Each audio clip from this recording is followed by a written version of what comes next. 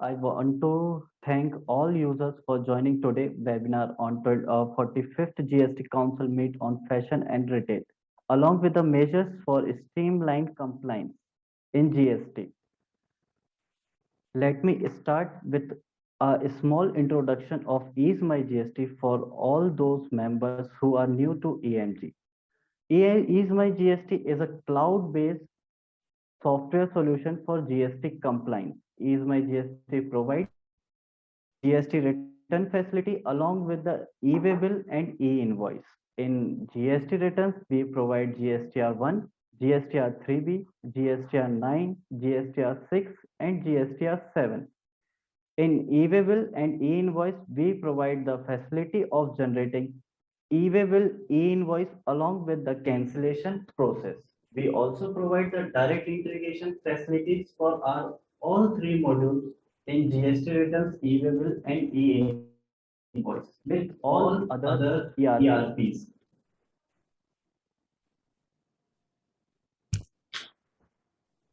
I want to invite our guest speaker, Mr. CA Anurag Agrawal, who is consulting many groups for GST compliance and having overall 40 years of experience. I would request Mr. Anurag to take forward this presentation over the topic of 45 GST Council Meet Impact on Fashion Retails, Measures for Streamlining Compliance in GST. Anurag sir, over to you. Thank you, Siddharth. Thank you, Ease My GST team, for giving us the opportunity to present our deliberations on the 45th GST Council meeting and on special impact for footwear and textile sector. So we have summarized some important key issues which have been notified and suggested in the council meeting. However, throughout this deliberation, you will see that moreover, the notifications on these specific issues are still awaited. One or two issues have been already been notified through the notification issued on 24th of September. So we will cover that in the slides to come. So first and the foremost, most important decision which the council has taken as far as the inverted duty structure is concerned, that council is really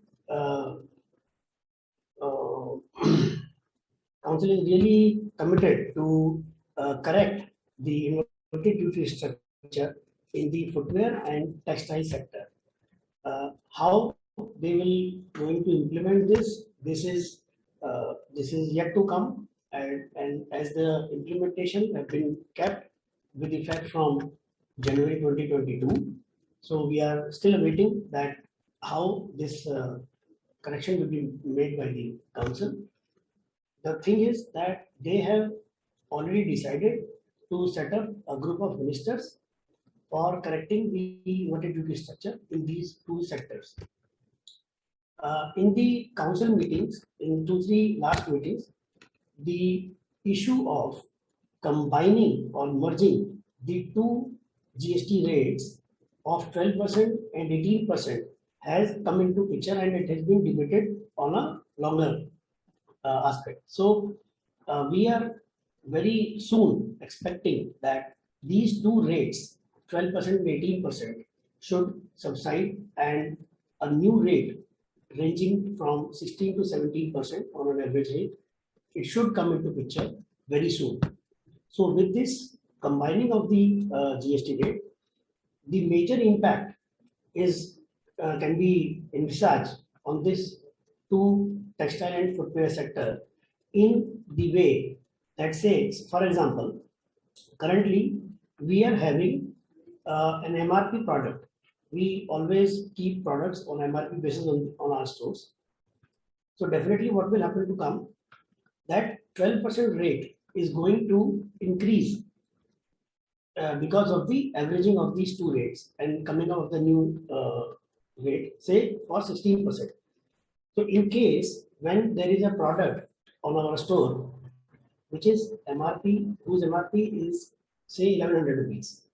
So on that 1100 rupees, currently we are paying a GST of 12%. However, when and this 12% GST is calculated on a grossing up basis. So our taxable value on the invoice for a product for the MRP of 1100 rupees is coming nearly about 1000 rupees and 25 rupees. In the case when this GST rate increase from 12% to say 16%, the MRP will not go beyond 1100 rupees, and the impact of GST has to be consumed by the businessman, and in the impact, the taxable value of that product will reduce from 1,025 rupees to say 970 or 80 rupees.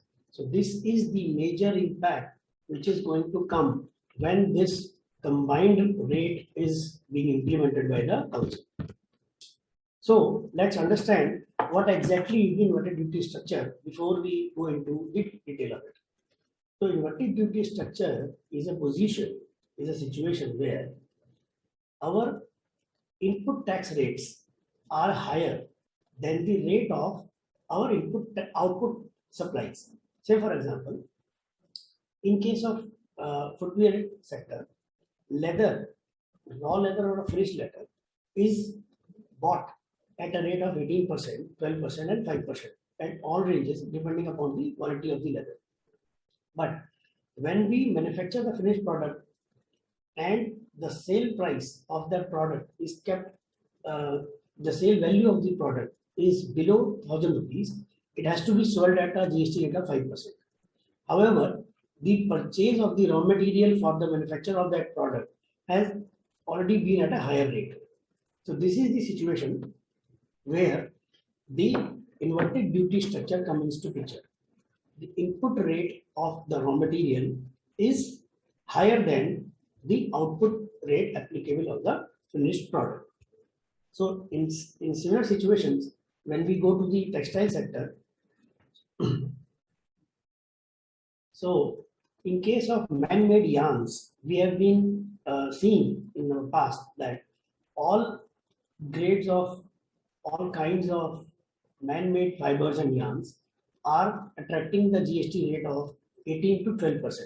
While exactly in the same issue where the footwear industry and apparel industry in the same platform, we can see that a sales value lesser than 1,000 rupees, when a taxable value is less than 1,000 rupees, the output rate of GST is 5%.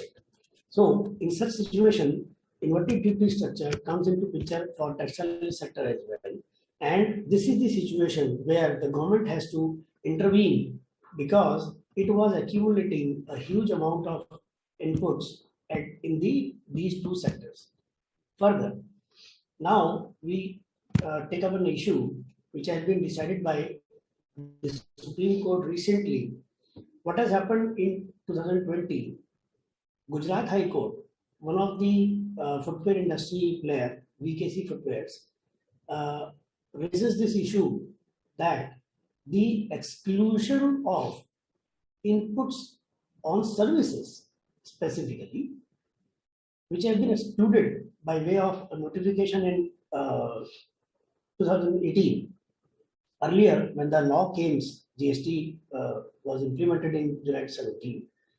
Every kind of input was falling into the application of refund. But by way of an amendment through a notification, the government exclude the input services accumulation ITC from the refund calculation. So VKC Footwear was very much, it was a pain for this industry.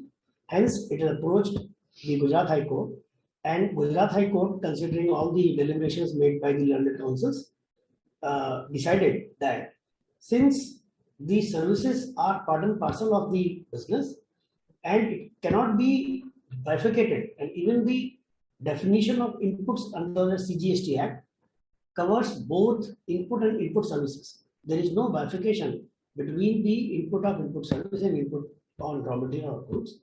So that is why in that particular case, Gujarat High Court decided in the favor of the SSE, which was VKC Footwear, wherein they allowed the inputs on services to be applied for the refund of in case of input inverted duty structure. While another SSE in case of Madras High Court has was paralyzed by the High Court decision because they disallowed the input services input for the calculation of refund.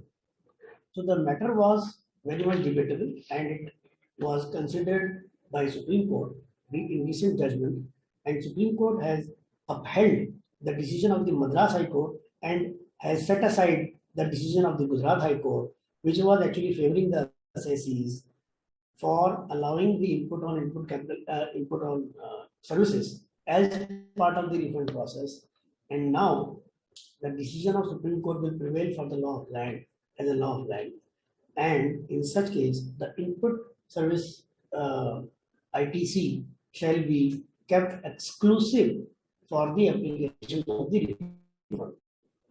So this has given a major hit to the businesses as far as these kind of industries are concerned where the inverted duty structure is applicable. So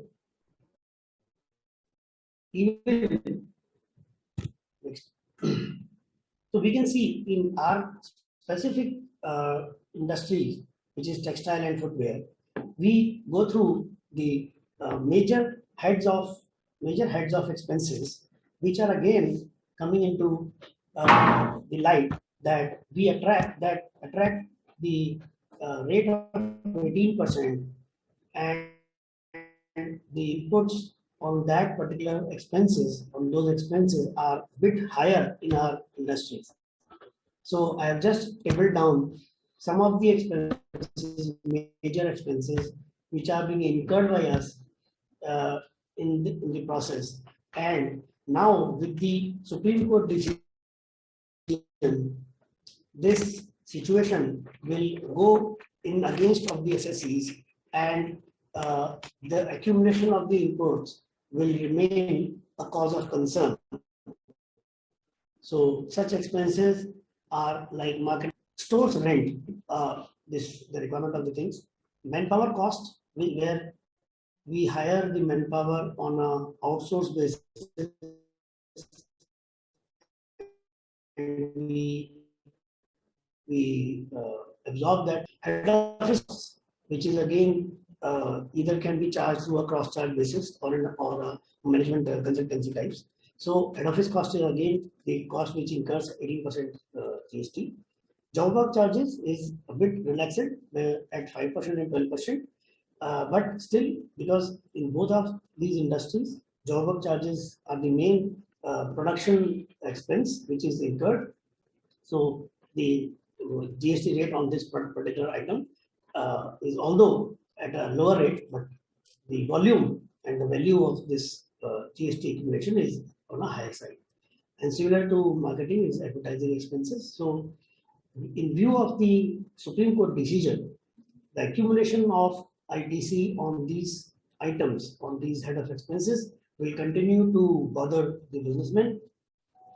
But however, I am of the opinion that these industries are able to absorb this particular additional hit of the GST on account of fairly reasonable margins on which these industries are operating. So the accumulation should not be in all states, but maybe in the states where the production is happening. The last thing is that we can always use a mechanism of cross-charge for effective utilization of our ITC.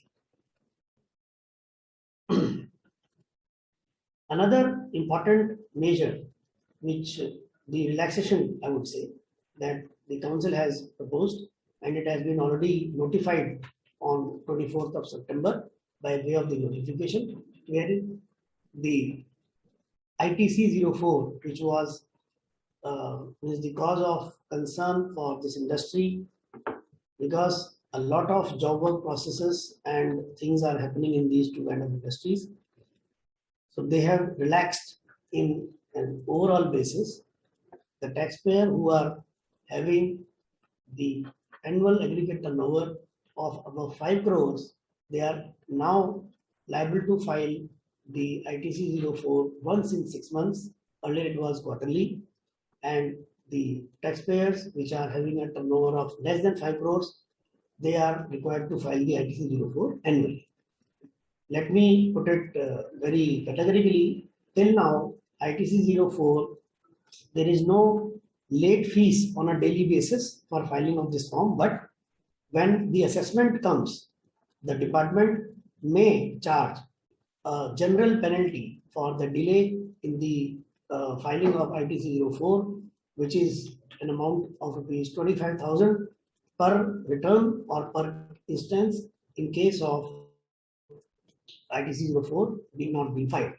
So 25,000 in case of CGST and 25,000 in case of SGST. So per instance of non-compliance may attract a total of 50,000 rupees penalty in case department comes for litigation.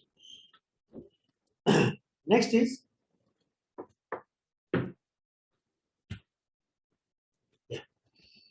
so some other compliance measures which have been proposed by the council, and they will come into effect as and when the notifications regarding all these items will keep on coming. So one is it again a very good relaxation given to the industry, that in case you are having a surplus cash ledger balance in one GISTN, say your entity is a multi-PAN and multi-GSTN entity, and you deposited a cash of in any head, maybe in tax, in penalties, in interest, and whatever case. Earlier, this amount was only adjustable between the heads within the same GSTN. Now, this particular amount which is sitting in your cash ledger, you can adjust and transfer this extra cash ledger to the GSTN number in which you have an output cash liability. Say for example, in case of RCM, we are always liable to pay the RCM in cash.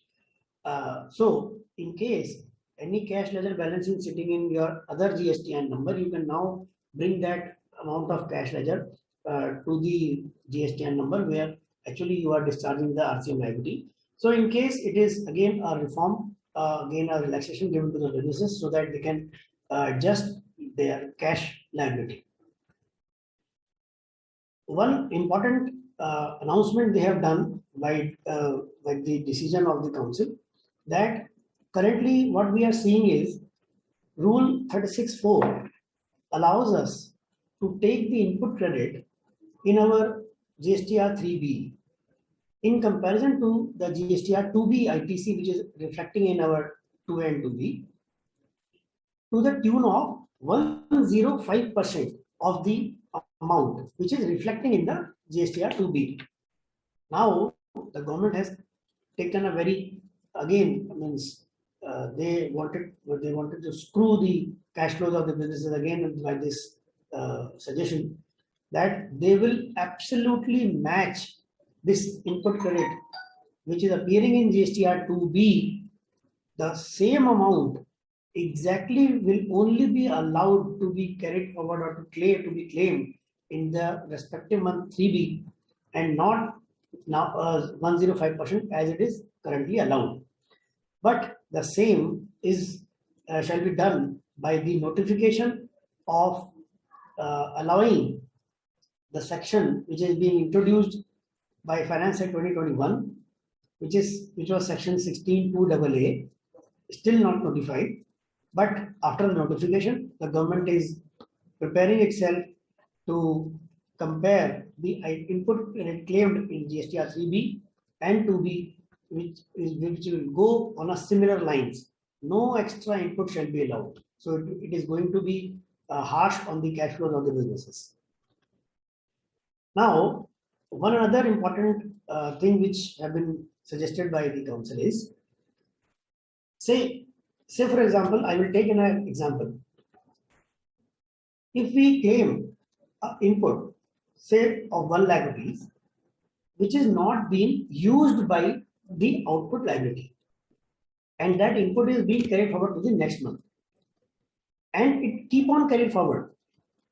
So earlier, the law was suggesting that if you have claimed, if you have availed the input which is higher than your eligibility, we were supposed to pay the interest of 24% of that input, which was not substantiated or evidenced to the department.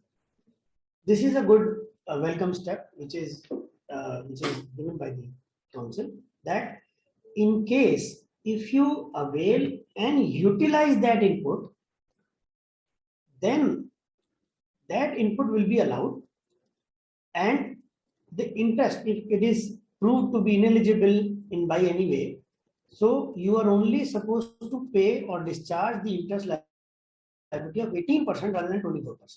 So first, there are two benefits when this suggestion came into notification.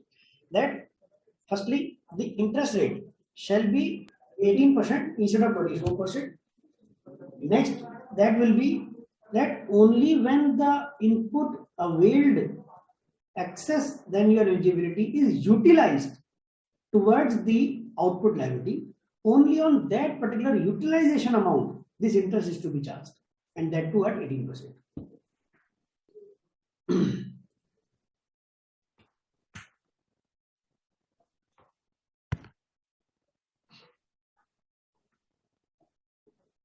Yeah. So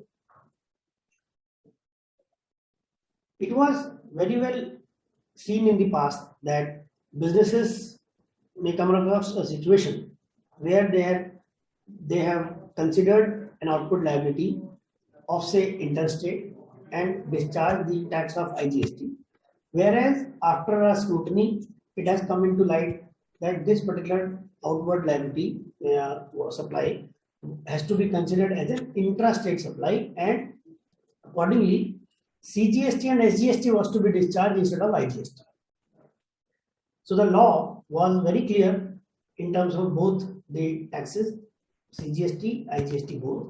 It was very clear that in case such things happen, that we consider an outward supply as an interstate and charge tax IGST, later it was found as CGST, SGST, or we charge tax as intrastate supply and later it is found that it is considered as IGST, interstate supply.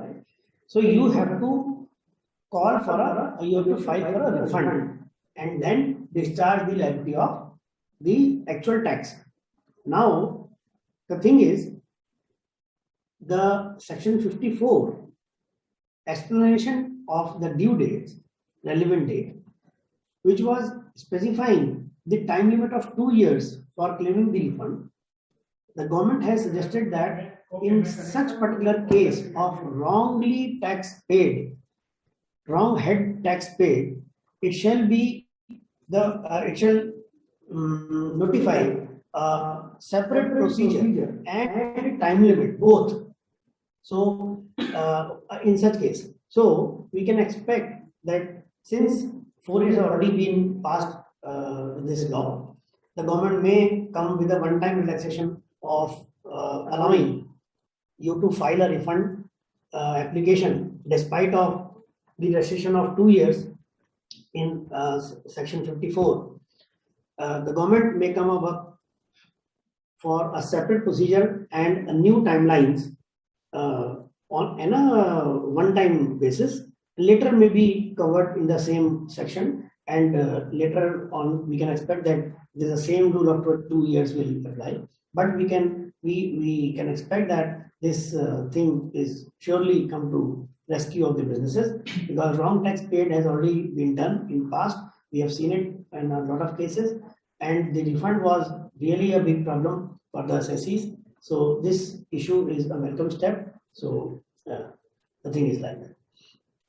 Now, in case earlier, which was happening that we were not able to file GSTR1 in case if we have not filed the GSTR3B for preceding 2 months.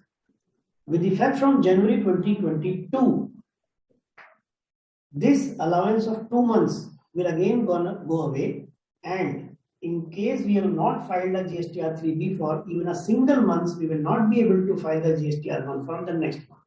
So it is again a tight step for compliances, which is going to be implemented in 3 months to come. The late fees, which was not notified, not claimed or not collected by the government so far, the late fee for GSTR 1, which will now come into picture while the filing of the next month 3B. And as we have already told that all such notifications in respect of all these changes, some notification already arrived, but we are still awaiting for some of the notifications, and will share you the final things which will come across with these changes. So with this, I end up my deliberation for today and give this PPT to Siddharth again for further proceedings. Thanks, Anuragji, for providing detailed on the impacts of the 45th Council meet. Now we are open if you have any queries regarding the same. Sure, we have get one question that can we get a recording version of the content of this meet? Yes, sure, it will be available in our YouTube channel in next week. We get another question from PL Venkatesh. What about the sharing of ITC credit ledger in same pen? Anurag sir, over to you. So, no such sharing. So, as far as current suggestions are concerned, so they have not allowed you to use the credit of the other state within the same pen. It is only for the cash ledger, it is not for the credit ledger. However, for the effective utilization of the input credit from one state to other state in your industry, we can suggest that you can use a mechanism which is called cross charging of taxes. So this is available to you, and you can use this facility. Thank you everyone for joining this webinar. We would like to end up our webinar session. If you have any queries regarding this topic which we have covered under this webinar, you can ask us through by dropping a mail on support@easemygst.com. We will provide you the all your questions answers along with it. Thank you everyone for joining us.